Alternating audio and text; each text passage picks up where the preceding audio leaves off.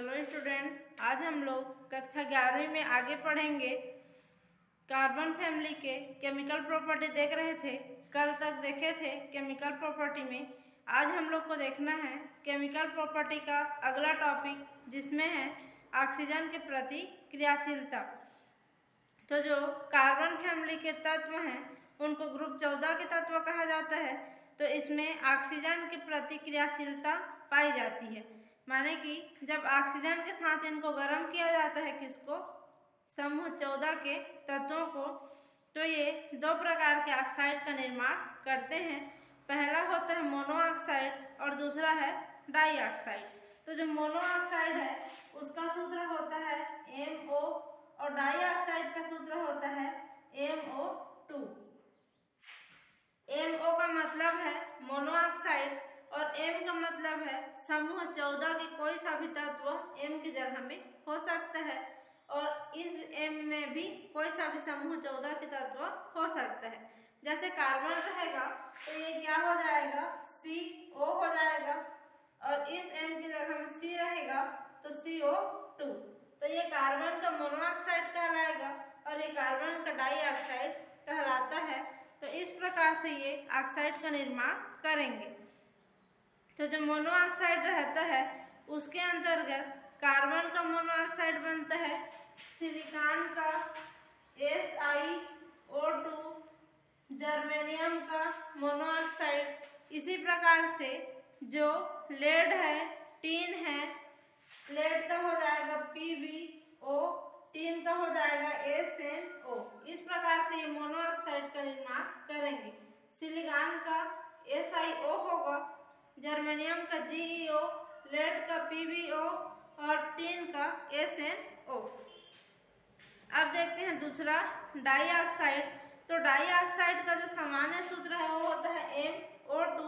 तो डाइऑक्साइड में जब भी ये बनाते हैं तो कार्बन के लिए CO2, सिलिकॉन के लिए SiO2, जर्मेनियम के लिए GeO2। इस प्रकार से इसमें डाइऑक्साइड का निर्माण होता है। आगे देखेंगे तो जो लेड रहता है उसके लिए हो जाएगा PbO2 और टीन के लिए SnO2 का निर्माण होगा। तो ये हो गया इनके मोनोऑक्साइड और डाइऑक्साइड। तो जो टीन है Sn, उसके डाइऑक्साइड उभयधर्मी प्रकृति के रहते हैं, जबकि जो लेड के डाइऑक्साइड है वह दुर्बल क्षारीय प्रकृति के पाया जाता है। डाइऑक्साइड बनाने के बाद आगे इसमें देखते हैं तो जो डाइऑक्साइड है उसके बारे में बताया गया है। तो जो डाइऑक्साइड है सभी अम्लीय ऑक्साइड जैसे कि सोडियम हाइड्रोक्साइड NaOH के साथ क्रिया करके साल्ट का निर्माण करते हैं। तो जितने भी डाइऑक्साइड हैं किसके, 14 समूहों के तत्वों के, वो जब क्षार के साथ रिएक्शन करते हैं तो वहाँ पर साल्ट का निर्माण करते हैं। जैसे कि CO2, कार्बन का जो डाइऑक्साइड है CO2 कहलाता है।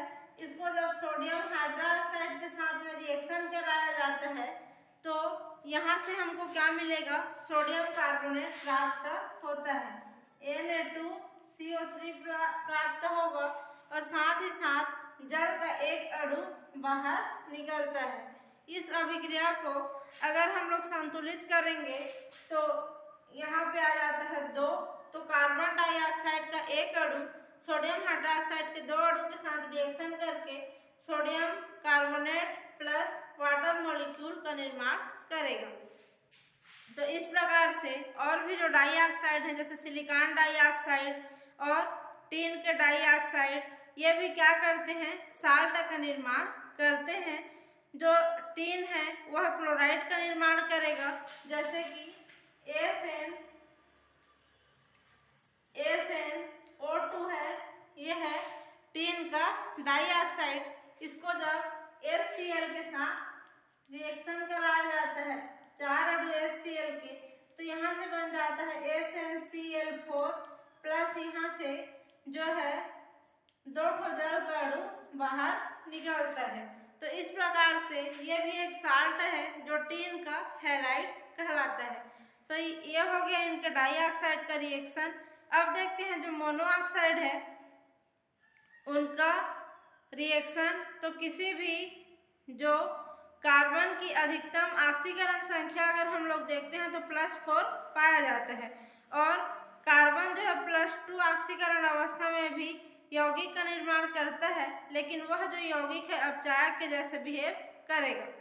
तो कोई सा भी जो धातु देखते हैं हम लोग, जैसे कि जिंक एक धातु है, जिंक ऑक्साइड, इसके साथ जब कार्बन का मोनो ऑक्साइड, इसमें कार्बन की ऑक्सीकरण अवस्था +2 है कार्बन की, तो जब +2 ऑक्सीकरण अवस्था में यौगिक बनाता है कार्बन, तो वहाँ पे अपचायक के समान बिहेव करता है। और इसके साथ जब रिएक्शन करेंगे तो ये क्या करेगा, इसमें क्या ऑक्सीजन को खुद ले लेता है और CO2 का निर्माण कर देता है, और इस ZN को फ्री रूप में बाहर निकाल देगा। तो यहाँ पे जिंक जो +2 ऑक्सीकरण अवस्था में था, इसको यहाँ पे 0 ऑक्सीकरण अवस्था में ला दिया कार्बन मोनोऑक्साइड, तो इसको अपचयित करने का काम किया है। तो जो कार्बन मोनोऑक्साइड जब +2 ऑक्सीकरण अवस्था में कार्बन रहेगा तो एक अपचायक के समान यहाँ पे व्यवहार करता है। तो ये हो गया इसके गुण। इसके बाद आगे हम लोग देखते हैं जल के साथ रिएक्शन। तो जो कार्बन, सिलिकॉन, जर्मेनियम, ये सभी ग्रुप 14 के तत्व जब जल के साथ रिएक्शन करते हैं तो ऑक्साइड का निर्माण करते हैं, और जल का जो हाइड्रोजन रहता है, जैसे जल का सूत्र होता है H2O, इसमें के ऑक्सीजन को खुद ले लेंगे और ऑक्साइड का निर्माण करेंगे, और ये जो हाइड्रोजन बचा है इसको H2 गैस के रूप में बाहर निकालने का काम करते हैं। तो यहाँ से जब भी जल के साथ रिएक्शन करेंगे खुद का ऑक्साइड बना लेते हैं, जैसे कार्बन का कार्बन मोनोऑक्साइड, सिलिकॉन का सिलिकॉन डाइऑक्साइड, और स्टेनस या फिर टीन का टीन डाइऑक्साइड, और साथ ही साथ वहाँ से हाइड्रोजन गैस बाहर निकलेगा। आगे देखते हैं हैलाइड्स के प्रति क्रियाशीलता। तो जो हैलोजन है उसको हैलाइड बोला जाता है। कब बोलेंगे, जब उसमें -चार्ज आता है। तो हैलाइड के प्रति जो इनकी क्रियाशीलता है वह भी पाई जाती है, तभी तो वह हैलाइड का निर्माण करेंगे। इसमें टेट्राहैलाइड बहुत ज़्यादा ज्ञात हैं, जो टेट्राहैलाइड के रूप में समूह 14 के तत्व पाए जाते हैं, और उसमें सहसंयोजक बंध पाया जाता है तथा उनकी संरचना टेट्राहेड्रल या चतुष्फलकीय प्रकार की रहती है। जैसे है कार्बन टेट्राक्लोराइड, सिलिकॉन टेट्राक्लोराइड, उसके बाद है जर्मेनियम टेट्राक्लोराइड। तो इस प्रकार से इनके हैलाइड पाए जाते हैं। जो टीन है वो भी SnCl4 के रूप में हैलाइड का निर्माण करते हैं, और लेड का भी टेट्राहैलाइड पाया जाता है। तो इस प्रकार से ये हैलोजन के साथ क्रियाशील होते हैं और यौगिक बनाकर के चतुष्फलकीय संरचना वाले 4 हैलोजन वाले यौगिक का निर्माण करेंगे। तो जो टेट्राहैलाइड का निर्माण इनमें होता है। उसके बाद आगे हम लोग देखते हैं कि इसमें जो है डाईहैलाइड, कभी कभी डाईहैलाइड का निर्माण भी इसमें होगा। तो जब डाईहैलाइड बनता है तो उसमें क्या होता है, एक धातु रहेगा ग्रुप 14 का, उसके साथ 2 हैलोजन जुड़ा रहेगा। जैसे कि जर्मेनियम, ये हैलोजन के लिए एक डाईहैलाइड। इसी प्रकार से अगर हम लोग देखेंगे टीन और लेड का, SnH2 टीन का डाईहैलाइड और PbH2 लेड का डाईहैलाइड। तो ये सभी डाईहैलाइड है और ये सभी टेट्राहैलाइड है। तो जो समूह है, ग्रुप है 14 नंबर का, उसमें हम लोग क्या करेंगे, ऊपर से देखते हुए नीचे आते हैं। तो अक्रिय युग्म प्रभाव के कारण +2 ऑक्सीकरण अवस्था का स्थायित्व बढ़ता जाता है। माने ऊपर से नीचे आएंगे तो इसमें +2 ऑक्सीकरण अवस्था का स्थायित्व सबसे ज्यादा होगा, और ऊपर वाले में +2 ऑक्सीकरण अवस्था का स्थायित्व सबसे कम पाया जाता है। तो यहाँ पे सबसे ज्यादा स्थायी होगा लेड का डाईहैलाइड, उसके बाद होगा टीन का डाईहैलाइड का स्थायित्व ज्यादा, और सबसे कम स्थायी होगा ये वाला जर्मेनियम का डाइहैलाइड। तो यह हो गया डाइहैलाइड और टेट्राहैलाइड का बनना। उसके बाद इसमें आगे दिया हुआ है, यहाँ पे कंप्लीट होता है उनका क्या, केमिकल प्रॉपर्टी समूह 14 के तत्वों का। उसके बाद आता है कार्बन का असामान्य व्यवहार। हर ग्रुप में हम लोग देखते आए हैं कि सबसे ऊपर जो पाया जाता है सबसे छोटा रहता है, जिसके कारण वह अन्य तत्वों की तुलना में असामान्य व्यवहार प्रदर्शित करता है। तो अभी हम लोग पढ़ रहे हैं कार्बन फैमिली, जिसमें सबसे ऊपर रहता है कार्बन। तो उस कार्बन का आकार अन्य तत्वों की तुलना में छोटा रहेगा, जिसके कारण वह असामान्य व्यवहार प्रदर्शित करेगा। तो क्या क्या असामान्य व्यवहार प्रदर्शित करता है उसके बारे में अभी देखते हैं। तो पहला है, इसका जो परमाणु और आणविक आकार सबसे छोटा होता है।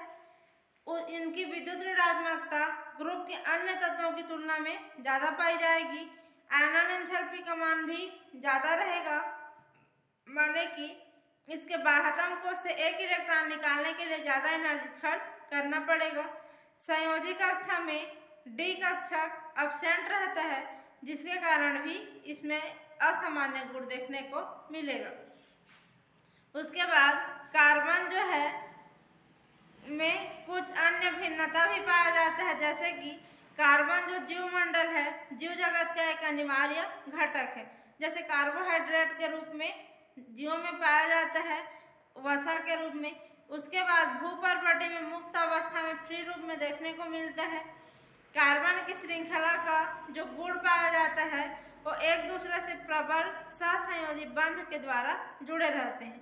जो कार्बन का चयन है, जैसे कि हाइड्रोकार्बन में पाया जाता है, मेथेन, एथेन, प्रोपेन, ब्यूटेन में, उनमें कार्बन क्या होगा, सहसंयोजक बंध के द्वारा आपस में जुड़े हुए रहेंगे। और जो श्रृंखला बनती है वो खुला रहता है, सीधी श्रृंखला ओपन चैन के रूप में, तो एल्केन कहलाएगा। और जब क्लोज चैन के रूप में रहता है, जैसे कि बेंजीन रिंग, तो क्लोज श्रृंखला भी बना सकती है और सीधी श्रृंखला का भी निर्माण भी कर सकता है। तो दोनों प्रकार की श्रृंखला कार्बन में देखने को मिलती है। कार्बन जो है एक से अधिक अपर रूपों में पाया जाता है। हीरा, ग्रेफाइट, फुलेरिन, काजल, कोयला, ये सब कार्बन के अपर रूप हैं। तो एक से अधिक रूपों में पाया जाना ही अपर रूपता कहलाता है। तो कार्बन बहुत सारे अपर रूपों में पाया जाता है, जिसमें मुख्य रूप से है हीरा, ग्रेफाइट, फुलेरिन, कार्बन और काजल और कोयला। कार्बन परमाणु की जो अन्य परमाणु के साथ जब बंध बनाता है तो पी पाई प्रकार का बंध बनाता है। और ऑक्सीजन, नाइट्रोजन तथा सल्फर के साथ भी यह संयोग करने की क्षमता रखता है। इसी कारण जो कार्बन ऑक्सीजन और कार्बन नाइट्रोजन इस प्रकार के बंध पाए जाते हैं। जो कार्बन है वह कार्बन के साथ भी बंध बनाता है, कार्बन जो है नाइट्रोजन के साथ भी बंध बनाता है, और कार्बन जो है ऑक्सीजन के साथ भी बंध बनाता है। तो कार्बन डबल बंध भी पाया जाता है, कार्बन नाइट्रोजन ट्रिपल बंध साइनाइड में पाया जाता है, और कार्बन ऑक्सीजन डबल बंध मोनोऑक्साइड में पाया जाता है। तो इन सब बंध को बनाने की क्षमता कार्बन में पाई जाती है। उसके साथ हाइड्रोजन के साथ यह हाइड्रोकार्बन बनाने का गुण रखता है, जिसमें क्या क्या बनाता है,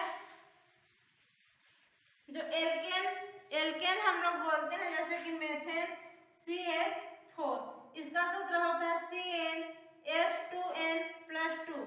यह हमारा एल्केन। जब एल्कीन बनाएगा, एल्कीन इसमें N आ रहा है लास्ट में ANE, तो इसमें 2n+2 हाइड्रोजन रहता है। जब इन आता है, एल्कीन बनाता है, तो यह हो जाएगा CnH2n, केवल 2n इलेक्ट्रॉन रहेगा।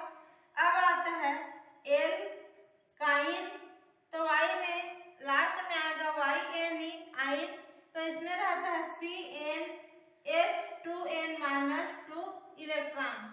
तो ये तीनों प्रकार के हाइड्रोकार्बन को बनाने का गुण कार्बन में पाया जाता है, और ये सभी हाइड्रोजन और कार्बन के यौगिक हैं, इसलिए ये हाइड्रोकार्बन कहलाते हैं।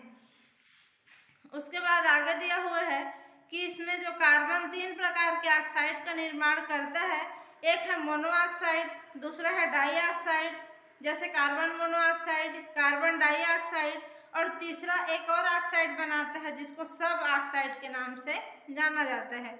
अब यहाँ पे जो कार्बन डाइऑक्साइड गैस है इसका उपयोग प्रकाश संश्लेषण की क्रिया में किया जाता है, और कार्बन परमाणु धातुओं से, जो धातु रहते हैं आवर्त सारणी में, उन सभी धातुओं के साथ भी सीधे सीधे सहसंयोजक बंध बनाने की क्षमता रखता है। इसलिए कार्बधात्विक यौगिक, कार्बन है तो कार्ब और धातु है तो धात्विक, तो कार्बन और धातु के मिलने से जो यौगिक बनेगा वो कहलाएगा कार्बधात्विक यौगिक। तो कार्बन कार्बधात्विक यौगिक बनाने का गुण भी रखता है। तो यह हो गया यहाँ पे कार्बन का असामान्य व्यवहार और असामान्य व्यवहार के कारण प्रदर्शित होने वाली घटनाएं या फिर यौगिकों के नाम। आगे हम लोग देखते हैं कार्बन के बारे में। तो जो कार्बन है उसका परमाणु क्रमांक होता है 6। उसमें इलेक्ट्रॉनिक विन्यास हम लोग कल देख चुके हैं, 1s2, 2s2 और 2p2 पाया जाता है। इसका जो समस्थानिक है उसके बारे में भी देखे हैं। कार्बन 12, कार्बन 13 और कार्बन 14 तीन समस्थानिक के रूप में पाया जाता है। इसका अगर भूपर्पटी में उपलब्धता देखेंगे तो 320 पार्ट्स पर मिलियन पाया जाएगा। तो जो भूपर्पटी में यह है 320 ppm पाया जाता है। उसके बाद देखेंगे कि मुक्त अवस्था में किस किस रूप में पाया जाता है। तो जो ग्रेफाइट है, हीरा है और कोल, इन तीनों रूपों में मुक्त अवस्था में पाया जाएगा। अब जो कार्बन है वह संयुक्त अवस्था में माने कि यौगिक के रूप में कहाँ कहाँ पाया जाता है, तो कार्बोनेट के रूप में पाया जाता है। वायुमंडल में कार्बन डाइऑक्साइड गैस के रूप में पाया जाएगा। तो जो CO2 गैस है वह वायुमंडल में 0.03% वायुमंडल में पाया जाता है। उसके बाद क्रिस्टलीय रूप में देखेंगे तो हीरा के रूप में, क्रिस्टलीय रूप में पाया जाता है जो सबसे ज़्यादा कठोर प्रकार का होता है। ग्रेफाइट के रूप में जब पाया जाता है तो उसकी जो स्ट्रक्चर है या प्रकृति है वो मुलायम प्रकार का रहेगा और परतदार स्ट्रक्चर उसमें पाया जाता है। फ्लोरीन के रूप में कार्बन के यौगिक के रूप में पाया जाता है। तो यह हो गया कार्बन का सामान्य परिचय और उसकी उपलब्धता। अब देख लेते हैं कार्बन के जो अपर रूप है ना, जैसे कि हीरा है, ग्रेफाइट है, फ्लोरीन है, इन सब के बारे में डिटेल से एक एक करके दिया हुआ है कि उनकी संरचना कैसी होती है, उनमें बंध की प्रकृति कैसी होगी और उसमें उनका क्या क्या उपयोग पाया जाता है। तो पहला इसका अपर रूप देखते हैं। तो अपर रूपता किसे कहा जाता है उसको देख लेते हैं। तो जो एक ही तत्व के विभिन्न भौतिक गुण लेकिन रासायनिक गुण समान रहेगा। कोई सा भी एक तत्व लेते हैं उसका भौतिक गुण अलग अलग रहेगा लेकिन रासायनिक गुण क्या होगा, समान होगा। तो उन तत्वों को अपर रूप कहते हैं और जो उस प्रकार की जो घटना पाई जाती है उसको अपर रूपता या फिर एलोट्रॉपी कहा जाता है। यहाँ पे जो कार्बन है दो प्रकार के अपर रूपता दर्शाता है। पहला है क्रिस्टलीय और दूसरा है अक्रिस्टलीय। तो जो क्रिस्टलीय प्रकार की संरचना है उसमें 3 स्ट्रक्चर पाया जाता है। पहला है हीरा, दूसरा है ग्रेफाइट और तीसरा है फ्लोरीन। ये तीनों क्रिस्टलीय प्रकार के कार्बन के अपर रूप कहलाते हैं क्योंकि इन सब की जो संरचना होती है वो क्रिस्टलीय प्रकार की संरचना पाई जाएगी। दूसरा देखते हैं अक्रिस्टलीय प्रकार की संरचना कार्बन के अपर रूप में। तो जो अक्रिस्टलीय है उसमें कोल माने कि कोयला, चारकोल और लैंप ब्लैक के रूप में, माने लैंप ब्लैक माने काजल, इन सब के रूप में अक्रिस्टलीय प्रकार की संरचना का निर्माण करता है। तो इनके बारे में यहाँ पे डिटेल से पढ़ेंगे आगे। तो सबसे पहले देख लेते हैं हीरा। तो जो हीरा है वह कार्बन का सबसे शुद्ध अपर रूप कहलाता है और यह मुक्त अवस्था में भी पाया जाता है प्रकृति में, और इसे कृत्रिम रूप से भी बनाया जा सकता है, माने मानव के द्वारा निर्मित भी कर सकते हैं कृत्रिम रूप से। अगर इसकी हम लोग संरचना देखते हैं हीरे का, तो इस प्रकार की षटकोणीय संरचना इसमें देखने को मिलेगी और यहाँ पे जो ऐसा डॉट डॉट दिया हुआ है इसका मतलब है कार्बन, इसका मतलब है कार्बन, ये भी है कार्बन, ये भी कार्बन, तो सब कार्बन को डॉट डॉट के रूप में इसमें दर्शाया गया है। आगे देखते हैं तो इस प्रकार से इसमें स्ट्रक्चर देखने को मिलेगा हीरे का, इस प्रकार से बनता है। उसके बाद इसमें ऐसे ऐसे बॉन्ड का निर्माण और होगा आगे ऊपर नीचे। तो यह है हीरे की संरचना। इसमें अगर देखेंगे तो प्रत्येक जो कार्बन परमाणु है, ये कार्बन परमाणु, इनमें sp3 संकरण पाया जाता है और sp3 संकरण के कारण इसकी संरचना चतुष्फलकीय रूप से पाई जाएगी। अब ये एक कार्बन है, ये दूसरा कार्बन, ये दोनों के बीच यहाँ पे बंध की लंबाई, ये वाला जो बंध है कितना लंबा होगा उसी को कार्बन कार्बन बंध कहा जाता है। तो जो कार्बन कार्बन की बंध लंबाई है 1.54 एंगस्ट्रॉम या फिर 154 पिकोमीटर पाई जाएगी।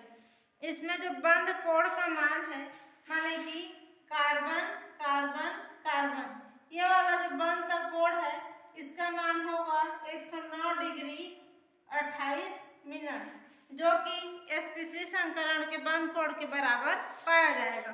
तो इस प्रकार से इसमें संरचना पाई जाती है और ये एक्स वाई जेड तीनों एक्सिस में, जैसे कि ये फलक है तो ये एक एक्सिस हुआ, ऊपर की ओर एक एक्सिस और इसके नीचे की ओर एक एक्सिस, तो सीधा ऊपर की ओर और नीचे की ओर तीनों एक्सिस में त्रिविमीय रूप से इसकी संरचना देखने को मिलेगी और ये क्रिस्टलीय संरचना के रूप में पाया जाता है।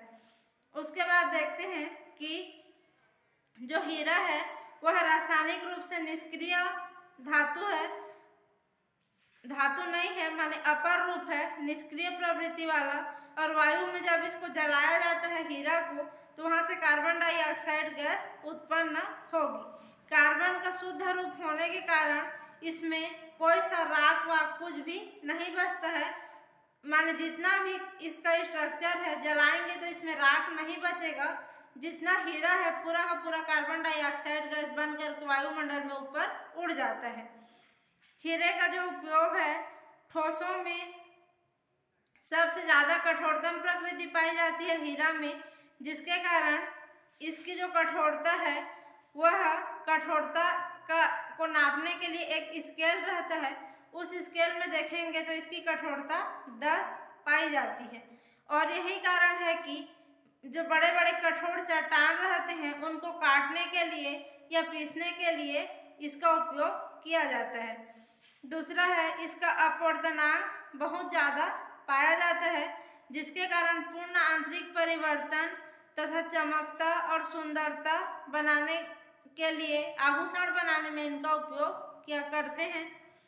ऊष्मा का सुचालक होता है, जो ऊष्मा रहता है उसके प्रति ये सुचालकता का गुण प्रदर्शित करता है और बहुत ज़्यादा संवेदनशीलता का गुण दर्शाता है, जिसके कारण थर्मामीटर बनाने के लिए इसका उपयोग किया जाता है।